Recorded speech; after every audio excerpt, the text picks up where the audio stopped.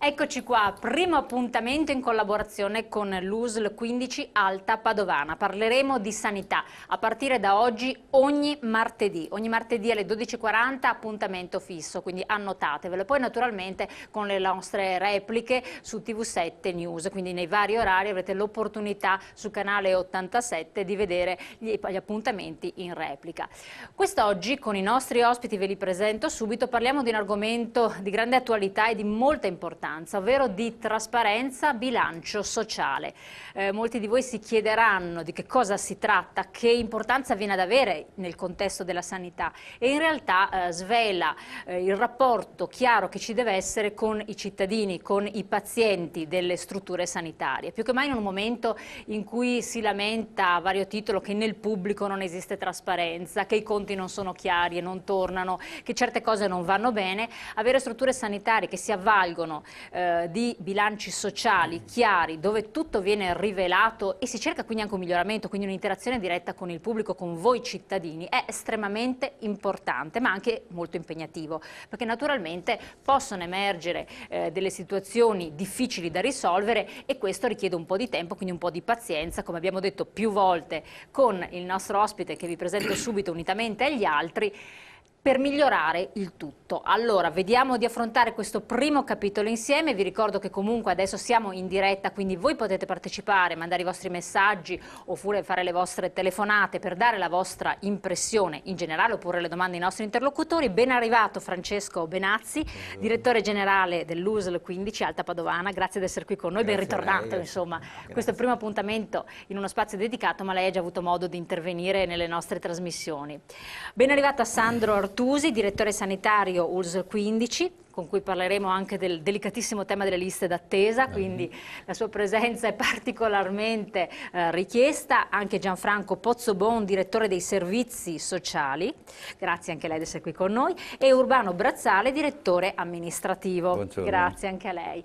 Allora, questo primo capitolo parlare di un bilancio sociale, io tra l'altro qui ce l'ho, quello del 2010 in pillole, perché si trova sul sito, però esiste anche un estrapolato accessibile al pubblico. Perché? In primis, ecco, mi preme precisare che il bilancio, come giustamente lei diceva, il bilancio sociale non è il bilancio economico finanziario, quello cosiddetto bilancio di esercizio. È una rendicontazione, come giustamente lei ha detto, che l'azienda sanitaria fa ai cittadini per spiegare ai cittadini, comunicare ai cittadini cosa fa, quindi non le aride cifre di un bilancio che spesso e volentieri risulta anche incomprensibile alla gente, ma effettivamente spiegare alla gente le attività, i servizi e anche i numeri, per carità, che noi andiamo a produrre per dare salute ai nostri cittadini. Lo abbiamo fatto anche nel 2008, lo riproponiamo nel 2010 perché in pillole, però ovviamente anche per un discorso di contenimento dei prezzi, dei costi. Sicuramente abbiamo messo in evidenza le cose più importanti, quelle che possono interessare, e poi nel sito le persone potranno trovare l'esplosione dei vari argomenti. Bilancio sociale che va soprattutto a indirizzarsi verso delle aree importanti che interessano i nostri cittadini, che sono soprattutto dal punto di vista sanitario le liste d'attesa, come lei ha citato, che sono un problema importantissimo, ma anche il rapporto con la medicina generale, quindi con chi è a contatto strettamente con la gente. Il famoso medico di base. Il medico di famiglia, che deve poi avere un rapporto di lavoro con noi in termini di appropriatezza delle prestazioni. Ma poi anche un ragionamento sugli screening, perché è importante fare la prevenzione. Come è importante, e sono degli obiettivi che noi ci diamo come aziende che a cascata arrivano dalla Regione, stare all'interno dei costi, delle spese, quindi utilizzare con oculatezza i soldi che i cittadini, che la Regione dà alle aziende US per produrre salute. Non ultimo, perché la nostra azienda ha anche questa grande peculiarità, che è quella di avere le deleghe complete da parte dei sindaci, che sono per noi dei partner, e quindi insieme a loro affrontare le problematiche che sono state inserite nei piani di zona. dove appunto con i sindaci si vanno a verificare quali sono i veri bisogni in termini di domiciliarità, in termini di strutture, in termini di problematiche quali minori, handicap e anziani. Questo è il bilancio sociale, cioè praticamente dire ai cittadini quello che noi stiamo facendo con molta chiarezza e franchezza e semplicità rispetto ai loro bisogni di salute. Ecco, abbiamo visto che a livello nazionale è stato fatto un taglio prospettico sul sociale, proprio analizzato in modo recente. Voi con questo bilancio sociale avete fatto un taglio del contesto di cui vi occupate, 2 ospedali, Campo San Piero e Cittadella, 28 comuni coinvolti, certo, con una popolazione che dal 2000 a oggi è aumentata in proporzione in modo considerevole, soprattutto la popolazione anziana. Quindi i servizi richiesti e ogni tipo di struttura si deve adeguare a questo trend di cambiamento. E noi abbiamo anche un'altra peculiarità oltre che avere le deleghe. Siamo l'azienda ULSS che ha una popolazione giovanile più elevata. Noi abbiamo tante nascite, non a caso abbiamo dei percorsi nascita importanti e abbiamo effettivamente un incremento della popolazione. Per contro invece abbiamo una popolazione anziana inferiore rispetto agli altri, intendendo per popolazione anziana quella over 75 che è quella che fruisce più dei servizi sanitari. Però ovviamente comunque abbiamo una buona incidenza di popolazione anziana, quindi un indice di invecchiamento e dobbiamo quindi dare delle risposte in termini appunto di strutture sanitarie o sociosanitarie per rispondere a queste esigenze.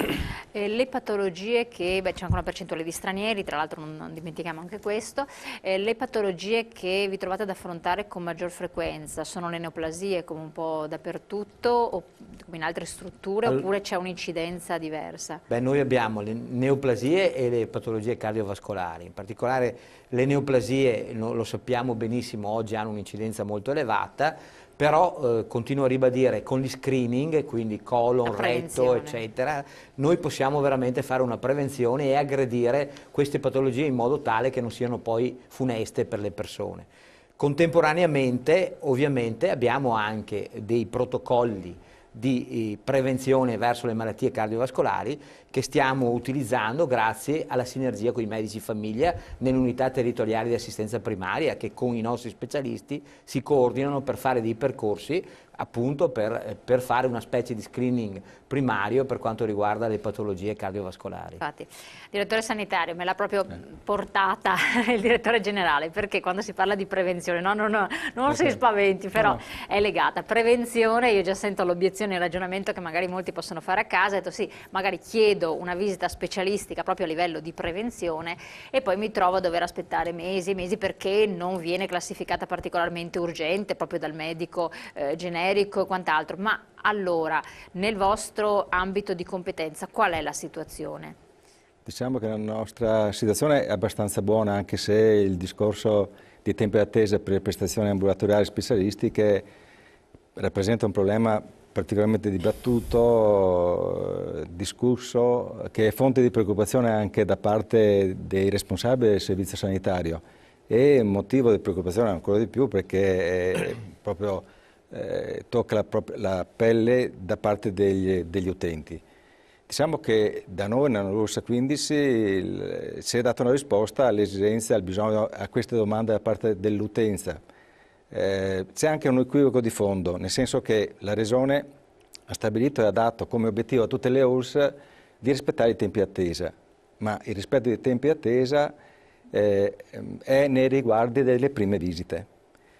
Nel senso che se uno ha bisogno di una prestazione specialistica, questa deve essere erogata in tempi a seconda che c'è una relativa urgenza, entro 10 giorni, poi dopo se invece l'urgenza è relativa ancora di più, la risposta deve essere data entro un mese o 2 mesi e poi dopo c'è anche la prestazione che può essere assicurata entro 6 mesi o 180 giorni.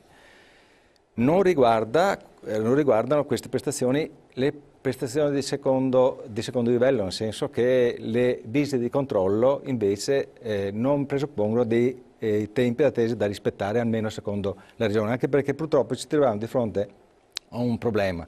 Almeno fino a qualche tempo fa, adesso il problema è stato un po' contenuto, che la domanda era in crescita esponenziale. Per quale ragione? Per perché le persone ci tengono a fare prevenzione. Esatto, molto su richiesta da parte della gente, dell'utenza, che per ogni motivo chiede, insiste e fa pressione nei confronti del medico curante per questa prestazione piuttosto che quell'altra.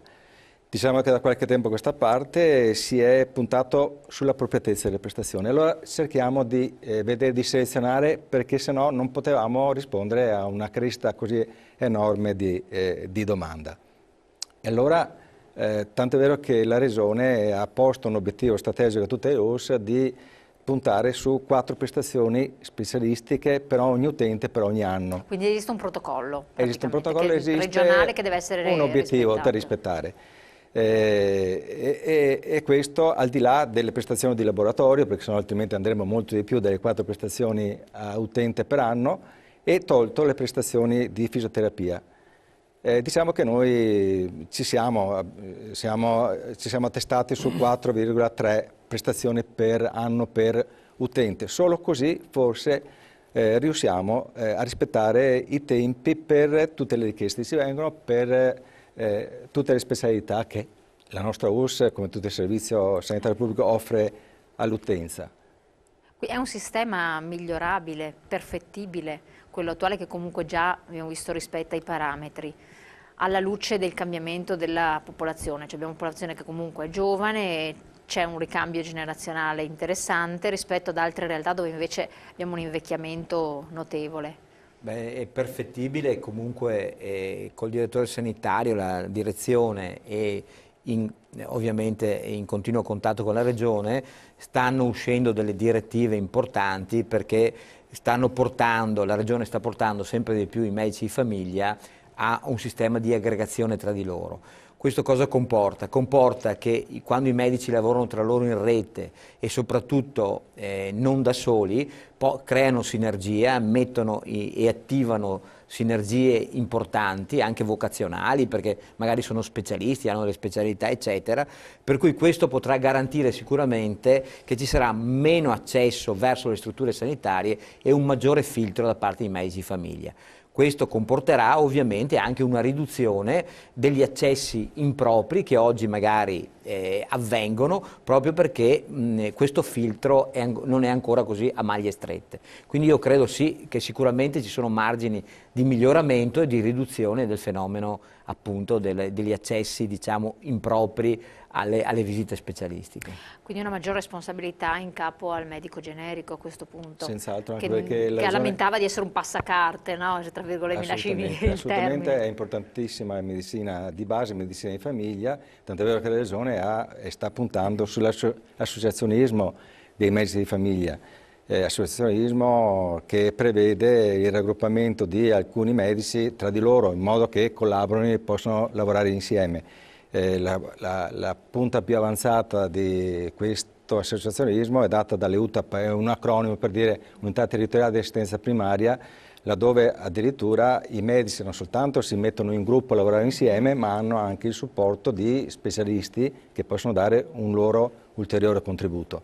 Quindi diciamo che una prima risposta deve essere data assolutamente a livello della medicina di famiglia, prima di arrivare allo specialista, prima di arrivare alle cure ospedaliere, all'assistenza ospedaliera. Ecco, io le faccio una domanda perché c'è stata fatta anche la volta precedente, quando è venuto il nostro direttore sanitario, mi ha avuto modo di rispondere ad alcuni telespettatori che chiedevano, per non aggravare i pronti soccorso di tante presenze, molte volte per situazioni, siamo in questo periodo magari di influenza, febbre particolarmente alta, sintomatologie diffuse che però il paziente si trova a non essere in grado a gestire, poi si riguardano bambini in particolar modo, persone anziane. Cosa si può fare? Cioè, in questo caso il medico di base, lo sappiamo, è difficile trovarlo, eccetera. Questa struttura aggregata può ovviare, oppure il pronto soccorso ospedaliero, quindi l'azienda ospedaliera deve rispondere in qualche modo a queste emergenze? Perché sennò ci troviamo in periodi di picchi particolari ad avere un afflusso magari alle strutture ospedaliere che potrebbero essere ovviati. Cosa dice riguardo? Diciamo che presso il pronto soccorso sia che dell'ospedale di Campo San Piero che presso l'ospedale, che il pronto soccorso dell'ospedale di Cittadella, abbiamo circa 30.000 accessi. Ecco, questi devono essere ridotti perché diciamo che quelle prestazioni che vengono codificate come codice bianco e codice verde possono essere evase tranquillamente dal medico di famiglia.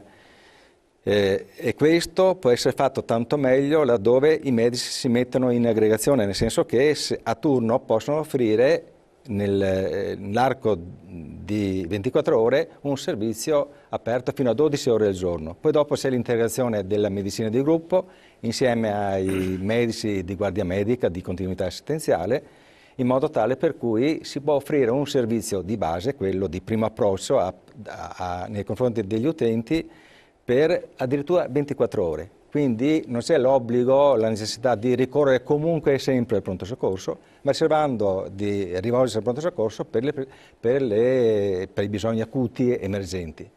Ecco, c'è un messaggio che è arrivato: le liste d'attesa sono una bufala per far pagare tutto ai pazienti, perché se paghi quello che ti chiedono, l'esame te lo fanno il giorno dopo.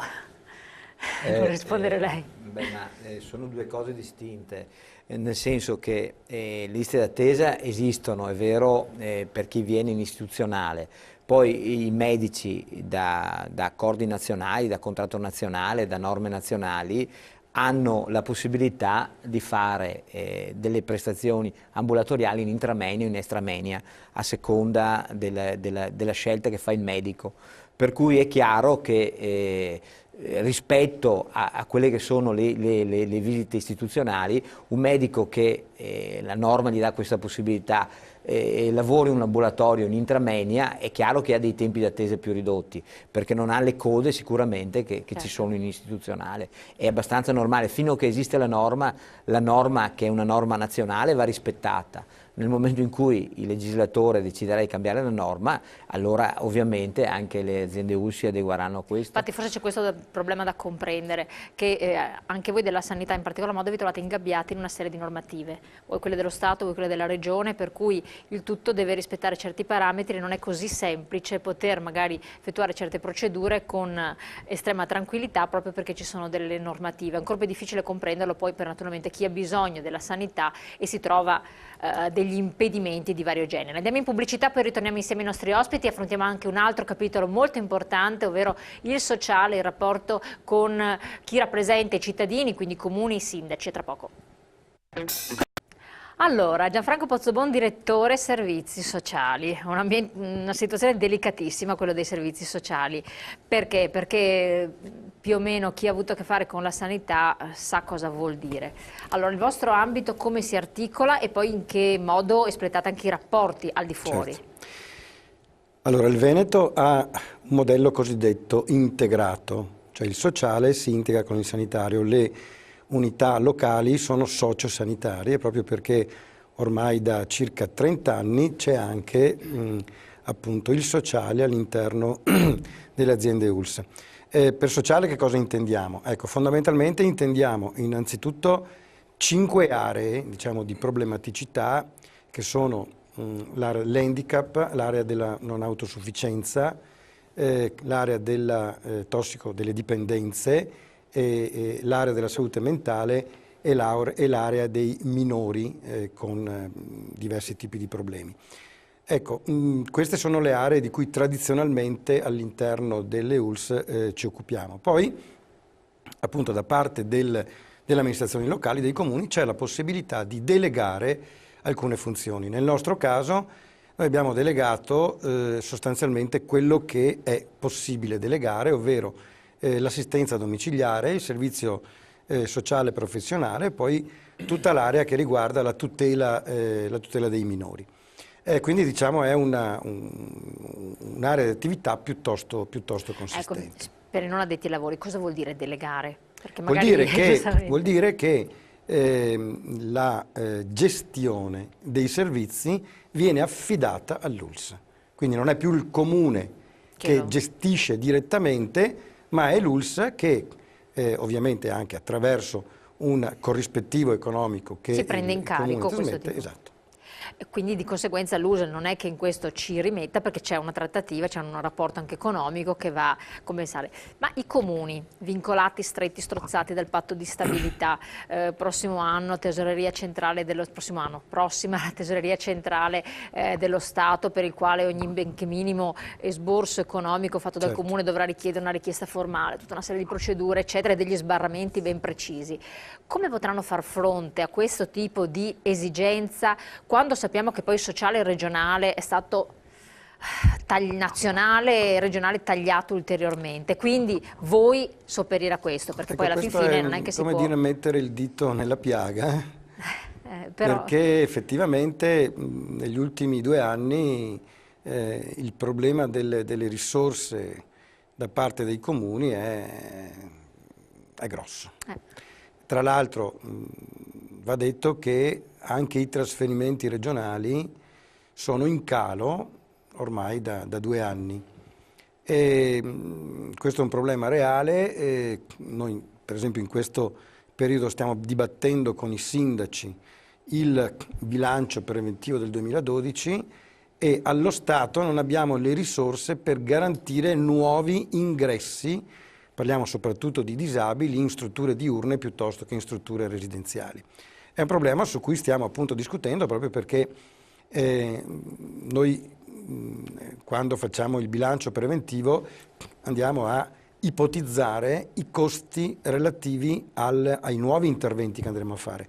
Noi non andiamo a fare nuovi interventi, come dire, che sviluppino progettualità nuove, perché ormai non ci sono più le condizioni, ma cerchiamo di dare risposta ai problemi delle singole persone che si trovano in grave difficoltà. Quindi ciò che noi chiediamo, diciamo, anche ai sindaci è esclusivamente connesso agli interventi nei confronti di queste situazioni. Quindi non si tratta di cifre enormi, però allo Stato anche chiedere 20-30 centesimi pro capita ai comuni diventa un problema. Diventa pesante. Assolutamente sì. L'ipotesi che poi temono molti cittadini, che venga chiesto al cittadino un'ulteriore contribuzione. Sì. Allora, il tema della compartecipazione è all'ordine del giorno. Ecco, noi abbiamo dei servizi per cui è già prevista la compartecipazione, per esempio per l'assistenza domiciliare. C'è un piccolo contributo che viene richiesto in relazione anche ovviamente ai redditi della persona. Per esempio per le persone che entrano, i disabili, diciamo, che entrano in comunità alloggio, viene chiesta una parte, il 75% dei redditi personali del disabile, quindi non della famiglia, dei redditi del disabile. Il resto appunto viene viene erogato dalla cosiddetta gestione associata. Però una questione che oggi è sul tappeto è quella, per esempio, che riguarda i centri diurni per i disabili. Oggi non c'è nessun tipo di compartecipazione, la legge lo vieta, però a livello regionale si sta discutendo sull'ipotesi di reintrodurre una compartecipazione anche per questo tipo di prestazioni. Come sempre. C'è una telefonata in attesa, pronto? Pronto? Buongiorno, da dove chiama? Buongiorno dottoressa, sono Nadia e parlo da Padova. Dica signora. Io sono rimasta di quanto detto dal vostro ospite adesso. Io dico questo, avendo delle persone disabili in casa e guardando il reddito e quando sono ospiti, ma cosa volete da queste persone? Ma cosa volete da famiglie che hanno questi problemi giornalieri di assistenza, di trovare una soluzione per la loro salute? Ma come vi permettete di parlare e dobbiamo prendere e dobbiamo vedere quanto reddito hanno? Ma non pensate alle famiglie cosa giornalmente trovano in questa situazione, che non sappiamo come sbrigarci, ma non potete trovare i soldi altrove dove ci sono sprechi enormi. Purtroppo io non entra una risposta assolutamente. Da questo signore, grazie. e che al posto del cuore avesse l'umanità Grazie signora. Precisiamo che non sono politici i nostri ospiti, ma sono tecnici comunque di un'azienda sanitaria, per cui, come spiegavo prima, le leggi dello Stato, i provvedimenti che il governo sta facendo, i tagli che sta attuando a cascata dallo Stato centrale, tagli arrivano alla Regione, abbiamo visto 18 milioni di euro, se non sbaglio la Regione Veneto darà a Roma quest'anno, quindi il nostro PIL crolla miseramente, cascata negli enti locali, nei comuni e nelle aziende sanitarie, per cui i tecnici ci stanno raccontando quello che riescono a fare alla luce di questi tagli mostruosi. Non sono politici, bisognerebbe che questo discorso venisse recepito da chi queste decisioni le prende a monte, e allo stato attuale il monte è in realtà nel centro Italia, cioè a Roma, perché abbiamo visto che c'è un centralismo estremamente spinto. Prego, mi vuole comunque precisare. Dire che condivido quello che dice la signora. Per noi ovviamente è un dramma, insomma, sì. ecco, perché finora il nostro sistema, come dire, è sempre stato un sistema che è progredito. Cioè io lavoro da circa 30 anni nel sistema e posso dire che abbiamo migliorato nel corso degli anni.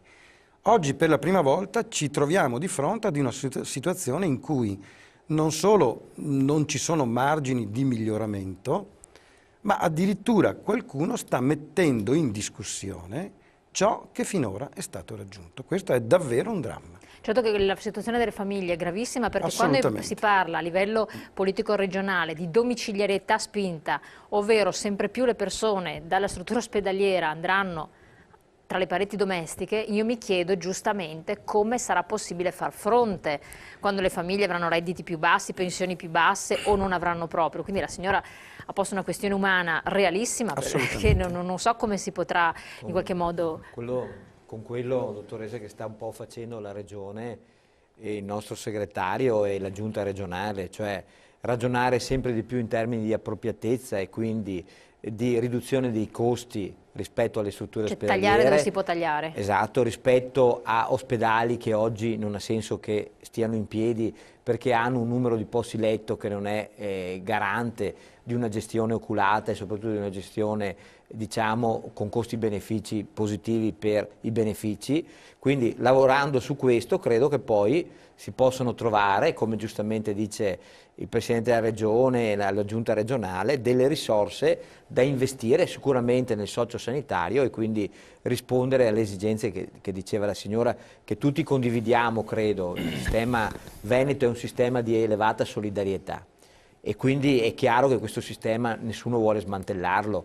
Certo. E gli indirizzi che oggi vediamo dati a livello di una ridefinizione e riorganizzazione della sanità credo che vadano proprio in quel senso, cioè riuscire a dare a chi effettivamente ha bisogno quelle risorse che oggi magari possono essere prese o riprese in mano grazie alla riduzione di posti letto, a una riorganizzazione degli ospedali, a una maggiore appropriatezza nelle prestazioni sanitarie, eccetera, eccetera. Assolutamente. Sì, vorrei precisare che io sto riportando il tenore di un dibattito, dei problemi che ci sono, ma a tutt'oggi non sono state effettuati particolari tagli o modifiche negli interventi nei confronti delle persone disabili in questo caso. Ecco, no, stiamo parlando in proiezione, ovviamente. È il problema quindi... futuro, ma certamente ci auguriamo che si possano trovare, anche attraverso gli interventi di cui adesso parlava il dottor Benazzi, si possano trovare le risorse, insomma. Certo. Anche perché purtroppo, come dire,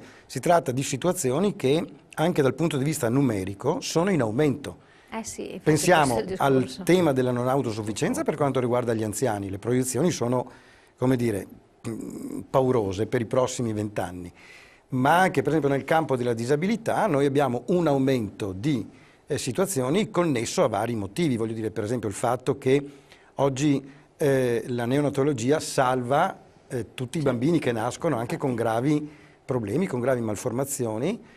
Pensiamo agli interventi nei confronti di persone che subiscono incidenti stradali gravissimi e che vengono salvati ma poi restano con gravissimi traumi. Ma questo è possibile perché cranici. Ci sono strutture che sono attrezzate con persone competenti perché assolutamente, fanno molti interventi. Però l'intervento, diciamo, sanitario che salva la persona però poi non garantisce non può garantire, come dire, un ritorno alla normalità. Quindi abbiamo un aumento di disabilità connesso anche a queste situazioni. Assolutamente. Sì, prego, perché dopo c'era anche un messaggio. No, guardi, per integrare un po' il discorso del direttore che condivido, bisognerebbe fare un passo indietro, e non voglio parlare della signora perché lei in fondo è anche il risultato purtroppo di una storia. Allora, negli anni 60, 70, 80, anche 90, il settore pubblico è stato un ammortizzatore sociale, sia per quanto riguarda il posto di lavoro, sia per quanto riguarda tutti quei servizi alla persona. A un certo punto ci siamo accorti, non vuole essere un'analisi sociologica, eccetera, però insomma un po' quello che ho vissuto io. Ci siamo accorti tutti a un certo punto che avevamo delle difficoltà a garantire le stesse prestazioni, ad assumere le persone, a dare, questo mi trova per certi aspetti anche d'accordo, è stata un'epoca. E in questo momento non è che la situazione sia peggiorata, ma è come si sia fermata. E questo per certi aspetti è drammatico anche da accettare. E questa è la difficoltà su cui noi lavoriamo, il direttore in particolare, quando si muove, contatta, interloquisce con gli organi. È indubbio. È difficile comprendere, citando la frase di Monti, cercherò di cambiare, voglio cambiare gli italiani, no? Quindi è una cosa che spaventa. Cambiare gli italiani vuol dire pensate di cambiare completamente quello che davate per presupposto, per esempio un servizio pubblico efficiente che rispondeva a prescindere dalla sanità che c'era sempre, eccetera. Quello che lascia perplessi i nostri telespettatori, lo vediamo anche dai messaggi che stanno arrivando, è che qui cerchiamo, sempre bravi, abbastanza disciplinati, che dir se ne voglia, di tagliare, ridurre, i comuni sono virtuosi, la sanità che fa quello che deve fare, e in altre parti d'Italia si stanno costruendo nuove strutture ospedaliere, soprattutto nel sud.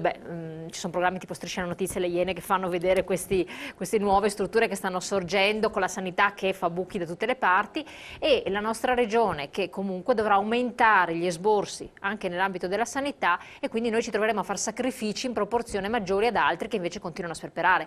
Questa è un'obiezione, vediamo di poter rispondere, se nell'ambito del possibile, dopo la pubblicità, tra pochissimi secondi. Allora, direttore, a lei un po', più che altro affrontiamo un altro capitolo che è molto interessante, quello dei rapporti che esistono col personale, quindi la gestione comunque di una struttura che è molto complessa, perché sono 2 ospedali, ricordiamolo, Cittadella e Campo San Piero, un territorio frastagliato e di comuni molto importanti, tra l'altro, della provincia di Padova. Sì, innanzitutto devo dire che l'ULSS Alta Padovana è una bella azienda. Parliamo di azienda perché dalla riforma sanitaria è diventata una vera e propria azienda con suo bilancio. Sono presenti 2.800 dipendenti, più un'ottantina di persone che sono a tempo determinato, che sono in sostituzione di maternità oppure legati a progetti regionali. Un paese in pratica che ruota attorno a... Un paese, ma infatti è quello a cui accennavo prima, in particolare proprio il legame che esiste tra la popolazione e l'ospedale nella nostra... E questo è un valore aggiunto naturalmente. Diciamo che noi abbiamo una forte presenza femminile tra il personale infermieristico e gli operatori sociosanitari, che sono circa 1.500 persone. Abbiamo l'83% di presenza femminile e abbiamo fatto un po' di tutto per assicurare alle donne presenti il coniugare le esigenze, diciamo, in quanto donne e le esigenze del lavoro. Quindi abbiamo assicurato circa 600 posti, come prevedeva la norma, ma poi insomma anche attraverso istituti, 600 persone a part-time. Ma voi cercate personale Perché ci sono strutture che cercano personale infermieristico. Ecco, noi non o è che OTA, ci sia la quant'altro. situazione drammatica di qualche anno fa, perché adesso il personale infermieristico Certo. partecipa ai concorsi, eccetera. Diciamo ci sono dei vincoli sia sulle teste che sull'aspetto economico che in qualche modo ci frenano la possibilità di assicurare una presenza che dovrebbe esserci nel senso della sostituzione del personale assente. Questo però ci crea anche un certo, diciamo, necessità di trovare sempre nuove idee per razionalizzare, per in qualche modo riunire le forze, razionalizzare. Ecco, il direttore diceva una bella frase tempo fa: razionalizziamo per non razionare. Ecco, questo è questa è l'aspetto. emblematica. Cioè, diciamo che credo la linea del... Allora, innanzitutto il cavallo da corsa non organizza le corse ma corre, quindi io mi considero chi corre. Allora, il direttore ha dato la linea è quello appunto di mantenere la qualità dei servizi con le prestazioni, rispettando i tempi d'attesa, gli obiettivi della regione, e prevenendo soprattutto l'eventuale drammaticità di scelte che per certi aspetti possono essere molto più avanti, però insomma razionalizzando credo si possa mantenere un forte impatto sull'aspetto di cura, mantenere anche le capacità professionali altissime che abbiamo da Infatti, parte dei perché sanitari. sono strutture ospedaliere molto ambite, tra l'altro, da certi specialisti in modo particolare. Guardi, io vengo da una USL cosiddetta diciamo di esempio, no? Anche perché il segretario regionale attuale viene anche lui stesso, era ex direttore generale dell'ULSS di Thiene. Io vengo da quella ULSS, ho vissuto la storia dei 2 ospedali e abbiamo programmato di farne una, diciamo... E non spaventiamo i telespettatori, non stiamo No, parlando di questi. intendo che dire sennò- un ULSS così alla luce dell'esterno, ottima, bilanci sani, eccetera. Devo dire che forse c'è un po' di difficoltà poi nell'approccio alla cura, a trovare professionisti, mentre appunto Cittadella e Campo San Piero hanno un grande richiamo anche per la partecipazione alle strutture Forse anche complesse, perché eccetera. logisticamente sono molto centrali, no? Quindi questo può essere anche un fattore di attrazione per... Se posso intervenire, io Assolutamente. direi, giustamente diceva il dottor Brazzale, e credo che la qualità di un ospedale, di una struttura sanitaria si fa con i professionisti e in più si fa con l'umanizzazione degli stessi professionisti e dei loro collaboratori. Allora noi abbiamo l'onore di essere una direzione strategica che ha 2 ospedali ma anche delle strutture territoriali con dei professionisti di alta qualità professionale. E poi abbiamo anche l'onore, ma è stato anche un po' il nostro cavallo di battaglia, di puntare sempre di più sull'umanizzazione dei servizi. Quindi la persona non è un numero, ma è una persona e come tale deve essere trattata nei importantissimo da rapporti. cambiare. E spesso e volentieri chiediamo anche alla gente di segnalarci se ciò non avviene. Ecco, questo è un monito che Perché noi facciamo vogliamo, ufficialmente. ecco, vogliamo veramente, siccome noi non viviamo certamente una torre d'avorio, ma siamo in mezzo a chi lavora, però è chiaro che il singolo episodio, non ci siamo 24 ore su 24, il singolo episodio di maleducazione che potrebbe rovinare un'immagine complessiva positiva, vorremmo che ci fosse segnalato perché vorremmo cambiare, ecco, questa forma di maleducazione in accettazione, in accompagnamento, ecco, perché la cura è veramente il prendersi cura, non è, ecco, una persona, un numero, è una persona con tutto evidentemente quello che gli gira attorno, familiari, problematiche e anche ansietà, perché quando uno sta male ha ovviamente anche questo tipo di sentimenti.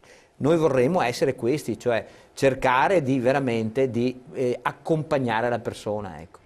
Ecco, rispondendo anche a un altro messaggio che è arrivato, a parte quello uno più politico, dopo vediamo se c'è il tempo di rispondere, ma c'è un salto culturale da fare sostanzialmente, cioè quindi le stesse persone che lavorano all'interno della struttura, il personale deve pensare che è un servizio quello che presta, non un mero lavoro, quindi c'è un passaggio anche di mentalità. Da questo punto di vista noi abbiamo un valore aggiunto, nel senso che abbiamo trovato una situazione che è aggregata, nel senso che abbiamo cioè un'organizzazione sindacale molto forte, però in qualche modo che sono legati molto anche all'aspetto del futuro, quindi insomma abbiamo un sindacato con cui ci confrontiamo e quindi appartenere alle organizzazioni in qualche modo è già una disciplina, non so se certo, riesco a farmi capire. Quindi io credo che tutti i dipendenti dell'US 15 abbiano questa cultura, anzi come le dicevo prima, forse a volte il fatto di buttare lì qualche idea, il direttore appunto può parlare per esperienza, buttare lì qualche idea di razionalizzazione, insomma fa insorgere ingiustificatamente, secondo me, per carità, sì, un po' tutta la popolazione, le persone, anche gli interni, verso scelte che non sono condivise per principio, direi, perché la razionalizzazione porta sempre a un miglioramento. Assolutamente. Ecco, per rispondere nei limiti del possibile a diversi messaggi che sono arrivati più di carattere politico, però poi hanno anche riscontro col tecnico, cioè dicono tanti soldi che stanno andando giù a Roma, alla fine la nostra sanità ne risulta depauperata, fate sacrifici per le strutture sanitarie che devono fare i miracoli con poco, d'altre parti invece non ci sono costi unitari, quel che si doveva attuare non se ne vede traccia, e quindi voi vedete una differenza notevole tra Catanzaro oppure Cittadella. Guardi, è difficile questa situazione da gestire. Guardi dottoressa, in primis partiamo dal presupposto che ognuno deve guardare a casa propria, quindi se ci sono sprechi e c'è da razionalizzare in senso utile perché i soldi, come dicevamo prima, vengano utilizzati a servizio dei più deboli, quindi della disabilità, degli anziani non autosufficienti, eccetera, questo va fatto e noi dobbiamo farlo, ed è l'indicazione che ci dà il Presidente Zaia e l'assessore Coletto e il nostro segretario. Quindi sono gli obiettivi, come dicevano giustamente i colleghi, che noi abbiamo e che dobbiamo raggiungere. L'altra ancora di salvezza io credo sia il federalismo cosiddetto sanitario e quindi i costi standard. Nel momento in cui arriviamo ai costi standard, ognuno avrà il proprio costo tarato. Voi siete già abituati a gestirlo, per cui non suberete nessun tipo di trauma, sostanzialmente. Esatto. Siamo arrivati al termine, io vi ringrazio di essere stati qui con noi, di aver aperto questo capitolo che è estremamente interessante. Vi ricordo, se avete delle osservazioni, abbiamo letto i vostri messaggi, accolto le vostre telefonate, mandateci comunque la vostra mail, oppure mandatela, visitate il sito dell'USL 15 che comunque vi può dare delle risposte. Il nostro appuntamento quindi è www.ulss15.pd.it. c'è anche la possibilità poi naturalmente di scrivere, di fare le osservazioni, perché c'è un'apertura con questo capitolo televisivo che ci sarà ogni martedì a partire da oggi nei confronti della cittadinanza, per poter essere sempre più trasparenti, ma soprattutto dare un servizio qualitativamente migliore, e quindi è una cosa senza dubbio encomiabile da parte delle strutture sanitarie, nella fattispecie US 15 Alta Padovana. Grazie ancora ai nostri ospiti, grazie a voi di averci seguito. Noi naturalmente ci troviamo questa sera, ricordatevi, ore 21, per parlare di politica con ospiti in studio. Grazie.